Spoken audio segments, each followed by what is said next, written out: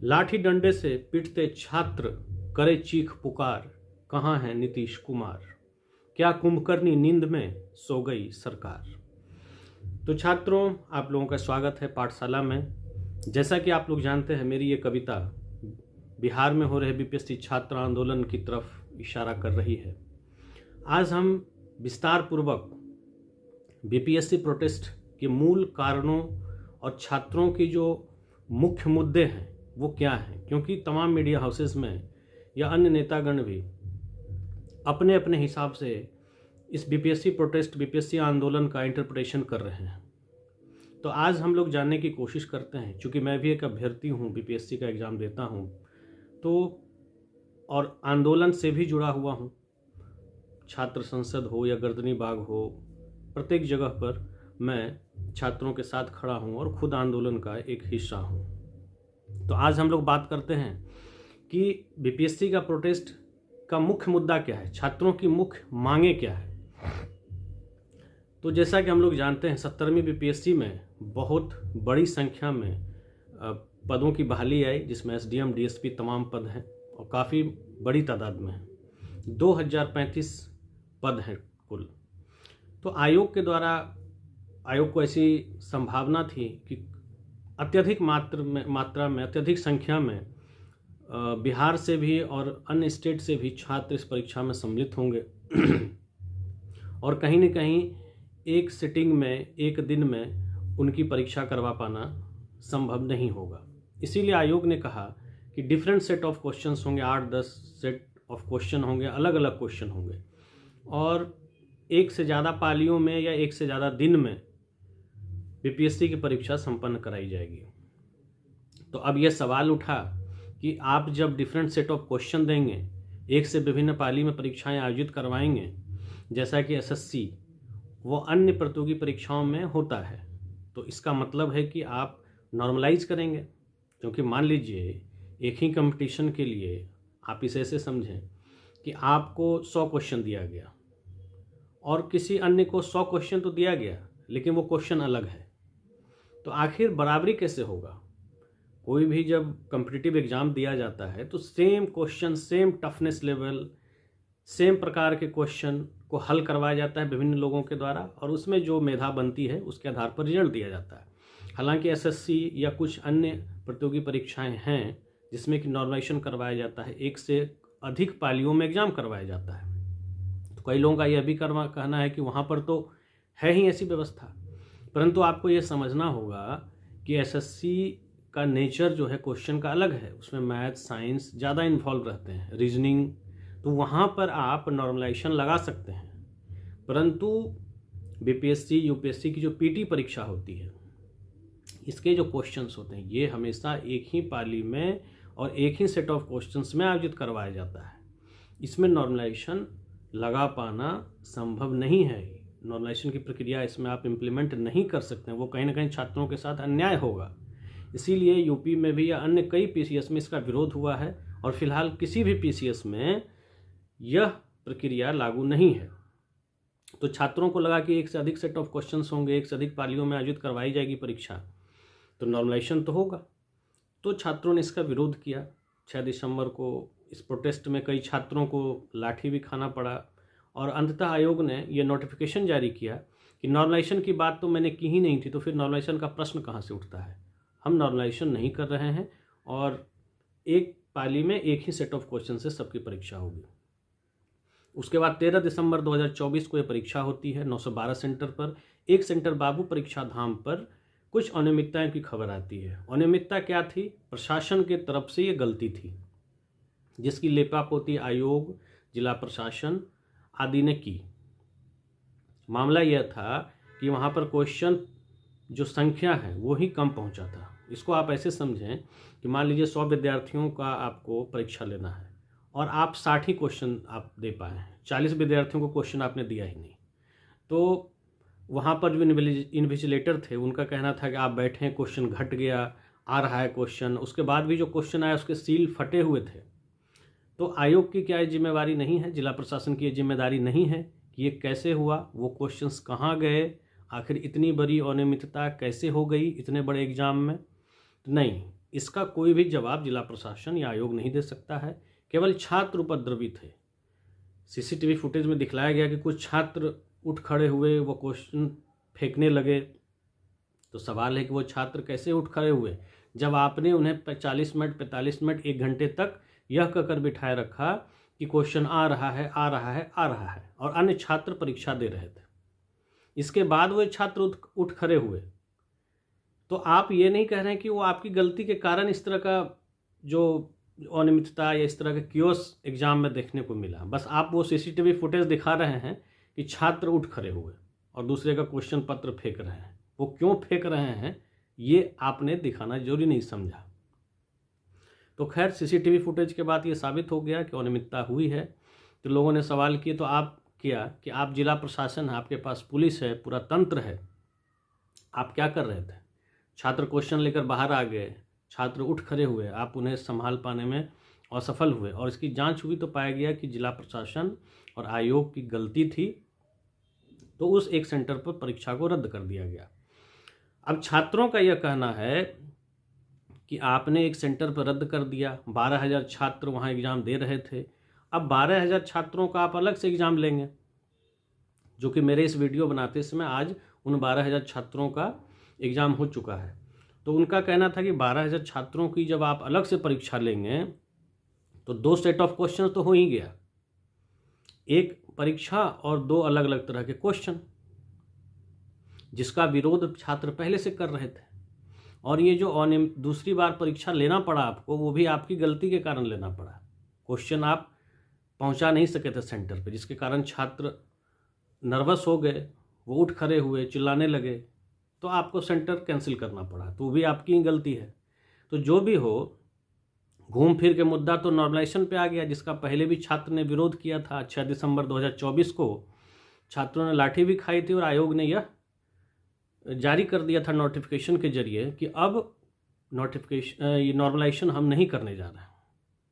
तो फिर तो आप नॉर्मलाइजेशन पे ही घूम के आएंगे, क्योंकि 2 अलग अलग परीक्षा, 2 अलग अलग सेट ऑफ क्वेश्चन से ले रहे हैं आप, 2 अलग अलग पाली में ले रहे हैं।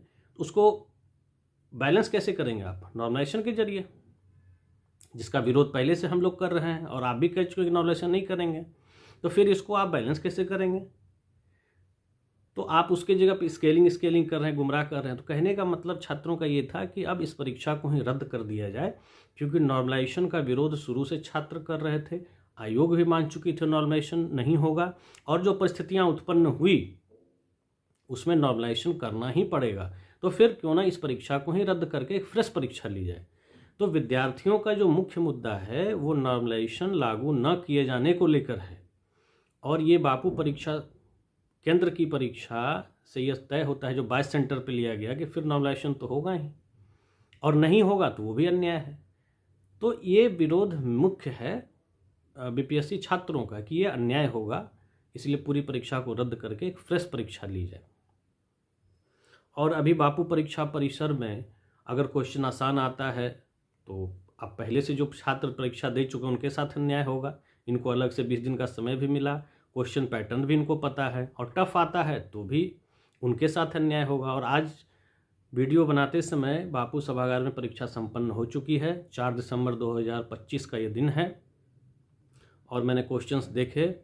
क्वेश्चंस के लेवल जो परीक्षा 13 दिसंबर को हुई थी उससे भी लो स्टैंडर्ड था, उससे भी एक पायदान नीचे ही था, और मैक्सिमम छात्र यहाँ से पास करेंगे जो 7-8 हज़ार छात्रों ने परीक्षा दी है। आप कह सकते हैं कि कुछ आसान क्वेश्चंस तो 13 दिसंबर में भी थे, 13 दिसंबर का भी क्वेश्चन बहुत आसान थे, बट कुछ जो करंट अफेयर के क्वेश्चंस थे या कुछ क्वेश्चंस को उसमें टफ बनाया गया था और अच्छे प्रकृति का बनाया गया था। परंतु आज 4 जनवरी 2025 को जो परीक्षा बापू सभागार की 22 सेंटरों पर करवाई गई, उसमें करंट अफेयर के भी क्वेश्चन बहुत ही सामान्य दर्जे के थे और कई तरह के ऐसे प्रश्न थे जो बहुत ही आसान थे। मसलन बिहार का शोक किस नदी को कहा जाता है, तो आसान क्वेश्चन 13 दिसंबर वाले में भी थे, परंतु करंट अफेयर के क्वेश्चंस ने ओवरऑल क्वेश्चन के टफनेस को कहें कि एक हद तक ही सही लेकिन बरकरार रखा। परंतु 4 जनवरी 2025 वाले एग्ज़ाम में करेंट अफेयर के भी क्वेश्चन वन लाइनर और बहुत ही समान और बहुत आसान प्रकृति के थे। तो आज जो परीक्षा हुई, कहीं ना कहीं इनको पता था कि परीक्षा कैसी होगी, परीक्षा आसान हुई और अन्याय हुआ। जो 13 दिसंबर 2024 को परीक्षा दे चुके हैं छात्र, उनके साथ, और कहीं ना कहीं 4 जनवरी 2025 को जो छात्र परीक्षा दे रहे हैं उनको बढ़त मिलता दिखाई दे रहा है। वो फ़ायदे में रहे, वो पैटर्न उनको पहले से डिस्क्लोज हो गया। जो परीक्षा का प्रेशर होता है वो उनको नहीं झेलना पड़ा और काफ़ी आसान क्वेश्चन उनको मिला। अब आयोग का कहना है कि पहले भी औरंगाबाद और 1-2 बार बीपीएससी के इतिहास में परीक्षा को रद्द किया गया और एक सेंटर पर पुनः की गई। तो पूर्व में जिन परीक्षा केंद्रों पर परीक्षा को रद्द किया गया था उनकी तादाद इतनी बड़ी नहीं थी। इस बार 22 सेंटर पे भले ही एक सेंटर को कैंसिल किया गया, कहने का वो एक सेंटर है, उसकी कैपेसिटी 20,000 है, और आप ये देखिए कि 22 सेंटरों पे पुनर्परीक्षा करवानी पड़ी आयोग को। इसका मतलब वो एक सेंटर नहीं है, 22 सेंटर है। और पूर्व में जो कैंसिल किए गए वो उनकी संख्या 500-600 नॉर्मल थी। और छात्रों का यह तर्क है कि अगर कोई गलती पूर्व से होती चली आ रही है तो कोई ज़रूरी है कि आगे भी वो गलती रिपीट होती रहे। तो ये सब तर्क हैं। विद्यार्थियों का मुख्य मुद्दा नॉर्मलाइजेशन है और 2 अलग अलग पालियों में परीक्षा लेने से कहीं ना कहीं राइट टू इक्वालिटी का वायलेशन है, अन्याय होगा। इसको लेकर छात्रों की मांग है कि एग्ज़ाम को कैंसिल किया जाए और पुनर्परीक्षा एक फ्रेश 17वीं बीपीएससी पीटी की ली जाए। अब पेपर लीक और परीक्षा में हुई जो अनियमितताएं हैं उसको साथ में विद्यार्थी ये लगा रहे हैं या कंप्लेन में जोड़ रहे हैं। चूँकि कई सेंटर से इस तरह के कंप्लेन आए हैं कि 1 बजे ट्विटर पे भी क्वेश्चन चला गया था, कई जगह पे लेट क्वेश्चन दिया गया, कई जगह पे विद्यार्थियों को 12 बजे के बाद एंट्री करवाई गई, जहाँ कि 11 बजे के बाद आप 1 मिनट लेट होने पर एंट्री बैन है। कहीं समूह में बैठकर परीक्षार्थी परीक्षा दे रहे थे। तो विद्यार्थियों का यह कहना है कि आप इनकी जांच करा लें, लेकिन मेरा जो मुख्य आधार है, मेरी जो मुख्य मांगे हैं, जिस आधार पर मैं परीक्षा को कैंसिल करवाना चाहता हूं और चाहता हूं कि एक फ्रेश एग्जाम हो, वो है नॉर्मलाइजेशन। 2 अलग अलग सेट ऑफ क्वेश्चन से एक ही परीक्षा के लिए 2 अलग अलग एग्जाम, जिसमें राइट टू इक्वलिटी का हनन है, अन्याय है और नॉर्मलाइजेशन प्रक्रिया फिर से लागू होता हुआ दिख पड़ रहा है। उस आधार पर मैं कह रहा हूँ कि एग्ज़ाम को कैंसिल कराया जाए। मेरा मुख्य आधार जो परीक्षा कैंसिल करवाने का, री एग्ज़ाम करवाने का है, वो पेपर लीक या अनियमितता या धांधली नहीं है। मेरा मुख्य मुद्दा है कि एक परीक्षा सेंटर कैंसिल होता है जिसकी कैपेसिटी 22 सेंटर के बराबर है, तो फिर तो अन्याय हो गया। नॉर्मलाइजेशन फिर आपको करना पड़ेगा, जिसका कि शुरू से हम लोग विरोध कर रहे हैं। तो मुख्य मुद्दा नॉर्मलाइजेशन है और उसके साथ में ये अनियमितताएं, धांधली और कई तरह की शिकायतों को जोड़ा गया है साथ में। तो ये समझना आवश्यक है और उसकी जांच करवा ले सरकार। तो इस तरह की छात्रों के मुद्दे हैं और लगातार बीपीएससी के छात्र ये मांग कर रहे हैं।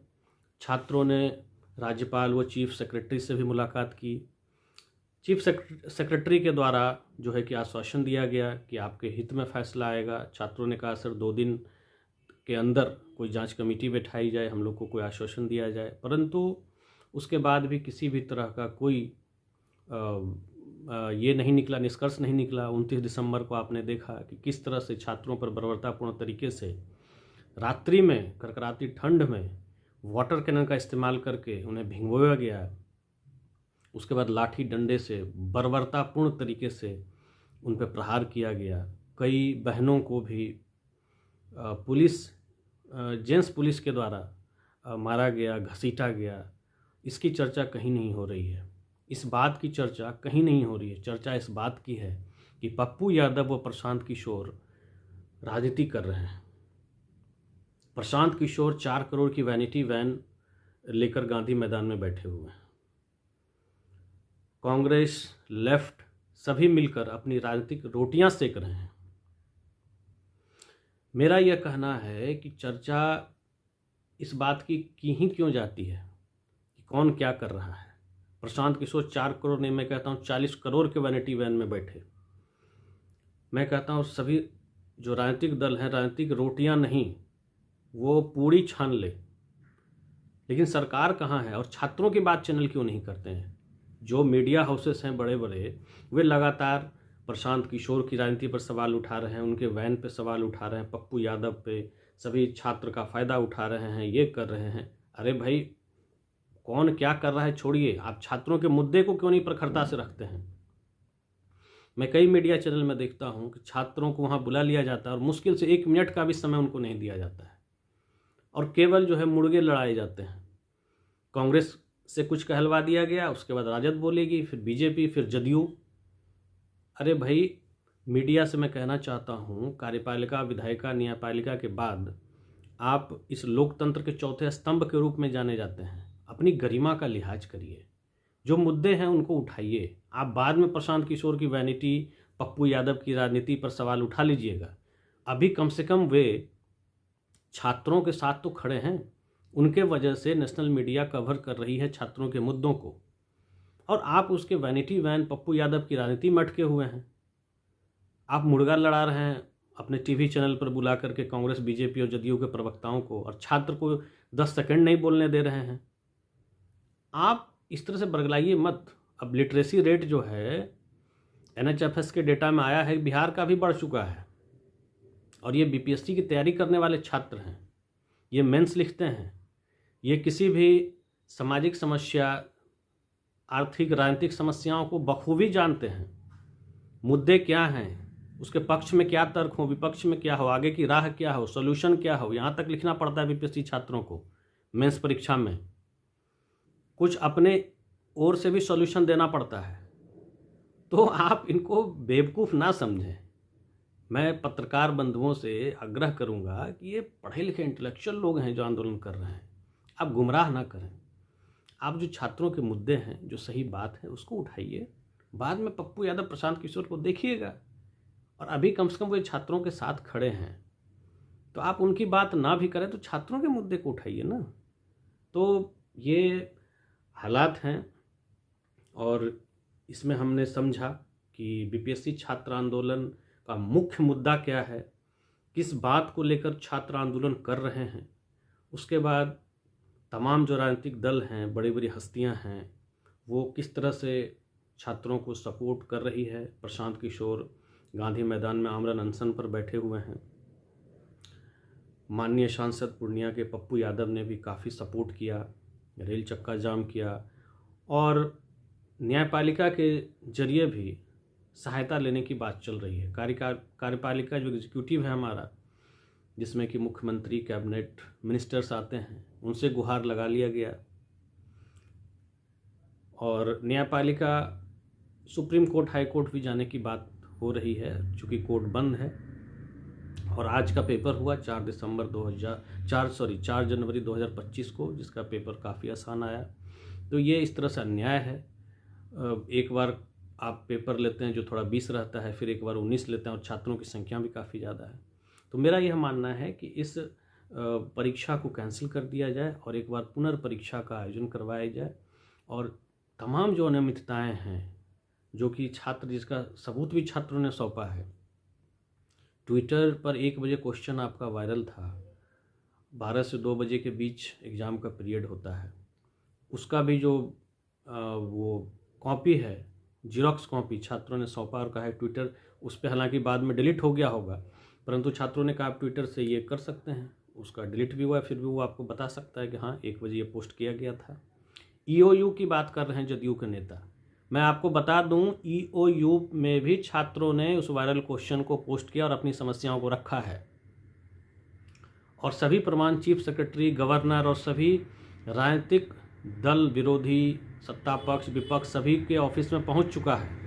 जो छात्रों की 5 सूत्रीय मांगे हैं, 70वीं BPSC को का री एग्ज़ाम करवाया जाए, नंबर 2 उसमें हुए अनियमितताओं की जांच हो, नंबर 3 सोनू जो कि BPSC एस्पिरेंट था, जिसने आत्महत्या कर ली, उसके परिवार को पर्याप्त मुआवजा मिले, पुलिस के द्वारा जो FIR प्रशासन के द्वारा किया गया छात्रों पर उसको वापस लिया जाए, और पुलिस ने जो बर्बरतापूर्ण तरीके से 6 दिसंबर, 25 दिसंबर और 29 दिसंबर को लाठीचार्ज किया, उस पर कार्रवाई हो। ये तमाम मांगें, साक्ष्य, एविडेंस सभी स्तर पर सरकार के पक्ष, विपक्ष, चीफ सेक्रेटरी, राज्यपाल और सभी को सौंप दिया गया है। इसलिए मीडिया में आकर जो ये लोग चिल्ला रहे हैं, जदयू के नेता या अन्य BJP के नेता या अन्य लोग, कि एविडेंस कहाँ है? पहली बात तो ये कि आपको एविडेंस दे दिया गया है। दूसरी बात, और एविडेंस चाहिए तो आप सत्ता में हैं, आप एविडेंस खोजिए। तो इस आंदोलन को पारदर्शी तरीके से, एक अच्छे भावना से, कौन कुर्मी है, कौन यादव है, कौन मुस्लिम है, कौन हिंदू है, इस मानसिकता से ऊपर उठकर हमें इस आंदोलन को सपोर्ट करना चाहिए। क्योंकि कल आपके बच्चे भी एग्ज़ाम में बैठेंगे और ये प्रक्रिया अगर पारदर्शी नहीं हुई, इस तरह की धांधलेबाजी चलती रही, तो आगे हमें काफ़ी दिक्कत होने वाली है। कहा तो ये भी जा रहा है कि सरकार आखिर छात्रों की बात सुन क्यों नहीं रही है, इतनी मौन क्यों है सरकार? इसके पीछे कहीं कोई बहुत बड़ी साजिश तो नहीं है? कई लोग तो यह भी कह रहे हैं कि आधे से अधिक सीटों का सौदा कर लिया गया है सरकार के। और ये आप हम सभी जानते हैं कि दरोगा से लेकर तमाम नौकरियों में भले ही सारे पद ना बिके हों, कुछ पद मेरिट से भी लोग जाते हों, परंतु जितने पद निकलते हैं उसमें आधे से अधिक पदों की बिक्री हो जाती है। और ये आप सब बिहारी होने के नाते हम लोग जानते हैं कि जो सत्ता पक्ष में, प्रशासन में और उनके दलाल हैं, वो घूमने लगते हैं सभी जगह। दरोगा का 20 लाख, इसका इतना, इसका उतना, वो होने लगता है। तो इसमें भी बात चल रही है कि बड़े पैमाने पर चूँकि बहाली आई और 200 एसडीएम के पोस्ट हैं, 100 से अधिक डीएसपी के पद हैं, और भी कई वीडियो इत्यादि के बहुत ज़्यादा पद हैं। तो इसमें भी बात चल रही है कि कहीं सीटों की सौदेबाजी हो चुकी है, इसीलिए सरकार इतनी खामोश है और अड़ियल रवैया अपना रही है कि एक बार छात्रों से मिल तक नहीं रही है। एग्ज़ाम कैंसिल करना, री एग्ज़ाम लेना तो दूर की बात है, आप जांच करवाइए, देखिए क्या सही है क्या गलत, लेकिन एक बार छात्रों से मिल भी नहीं रही है। उन्हें ये डर है कि अगर छात्रों से मिलूं, और सबूत तो वो दे ही रहे हैं, और अगर मैं कैंसिल नहीं करवाता हूं एग्ज़ाम तो फिर गड़बड़ हो जाएगा। पहले से जो एडवांस लिया जा चुका है बड़े बड़े धन सेठों से, उनके बच्चों को जो वो वादा कर चुके हैं एसडीएम बनाने का, फिर वो कैसे पूरा होगा? 2025 का चुनाव कैसे लड़ा जाएगा वहाँ से पैसा नहीं आएगा? तो ये तमाम बातों की ओर सरकार की चुप्पी इशारा कर रही है कि कहीं कोई बहुत बड़ी साजिश तो नहीं है। आप री एग्ज़ाम मत करवाइए, आप मिल तो लीजिए छात्र से। इतनी क्या आप इतना आप अड़े हुए हैं इस बात पर? तो कई ऐसे तमाम मुद्दे हैं जो कि इशारा कर रहे हैं कि कहीं कोई बहुत बड़ी साजिश तो नहीं है। तो छात्रों, अब हम इस सेशन को समाप्त करेंगे। इसमें हम लोगों ने तमाम मुद्दों पर बात की कि बीपीएससी आंदोलन का मूल जो कारण है वो क्या है, साथ में अन्य मुद्दे, प्रशांत किशोर या पप्पू यादव जो छात्रों के समर्थन में खड़े हैं और उन पर तमाम तरह के आरोप लग रहे हैं, उस पर भी हमने विस्तार से चर्चा की। और आखिर मुख्यमंत्री की ये जो चुप्पी है वो इशारा कर रही है कि कहीं ना कहीं बड़े पैमाने पर धांधली तो नहीं हुई है। हालांकि ये मैं आशंका के आधार पर कह रहा हूँ, लेकिन फिर भी एक बिहारी के नाते आपको पता होगा कि किस तरह से सीटों की बिक्री होती है। खैर, जो भी हो, हम लोगों को ज़रूरत है कि कुर्मी, जादव, भूमिहार, राजपूत, इस तमाम जो जाति की पॉलिटिक्स बिहार में होती है उससे ऊपर उठकर जब हम वोट देने जाएं तो केवल ये ध्यान में रखें कि हमारे बच्चों के साथ किस तरह से बर्बरतापूर्ण तरीके से सरकार पेश आई। करकराती ठंड में, रात में उन्हें पानी से, वाटर कैनन से नहलाकर डंडे से पीटा गया, वो बेरहम तरीके से। कई के सीटी स्कैन हुए हैं, हड्डी टूट गई है, इंटरनल ब्लीडिंग तक हुई है। केवल डंडे नहीं चलाए गए, बर्बरतापूर्ण तरीके से और काफ़ी राक्षसी प्रवृत्ति को अपनाते हुए, राक्षस के रूप में। तो वोट देते समय हमें ये याद रखना होगा, और वोट देते समय हम कुर्मी, जादव, हिंदू, मुस्लिम बनकर वोट ना दें, अपनी बुद्धिमत्ता का परिचय दें और ये ध्यान रखें कि हम किसको चुन रहे हैं, कौन हमारी शिक्षा व्यवस्था। और ये केवल बीपीएससी की बात नहीं है, चाहे वो शिक्षकों की भर्ती हो, कांस्टेबल की भर्ती हो, दरोगा की भर्ती हो, किसी भी प्रकार की भर्ती हो, सभी में धांधली जो है कि चरम पर रहती है। शिक्षा व्यवस्था पूरी तरह से ध्वस्त हो चुकी है, इसकी सौदेबाजी हो जाती है। इसीलिए इस ध्वस्त शिक्षा व्यवस्था को दुरुस्त करने के लिए और इस बहरी सरकार को आवाज़ उन तक पहुंचाने के लिए हमें आंदोलन करना पड़ेगा, अपनी आवाज़ को बुलंद करना पड़ेगा। और मतदान के समय हमें यह ध्यान रखना पड़ेगा कि हम उसे चुनकर भेजें जो हमारे बच्चों के भविष्य को संवारे, हमारे बच्चों को नौकरी दे, बेरोजगारी दूर करे, शिक्षा व्यवस्था को दुरुस्त करे, या फिर ऐसी सरकार को चुनें जो हमारे बच्चों को कड़कड़ाती ठंड में पानी से नहलाकर लाठी और डंडे से पीटने का काम करे। तो ये निर्णय आपका है। अब दीजिए मुझे इजाज़त। दोस्तों, इस तरह के इंटरेस्टिंग वीडियोज़ के लिए पाठशाला को सब्सक्राइब करें। जय हिंद, जय भारत।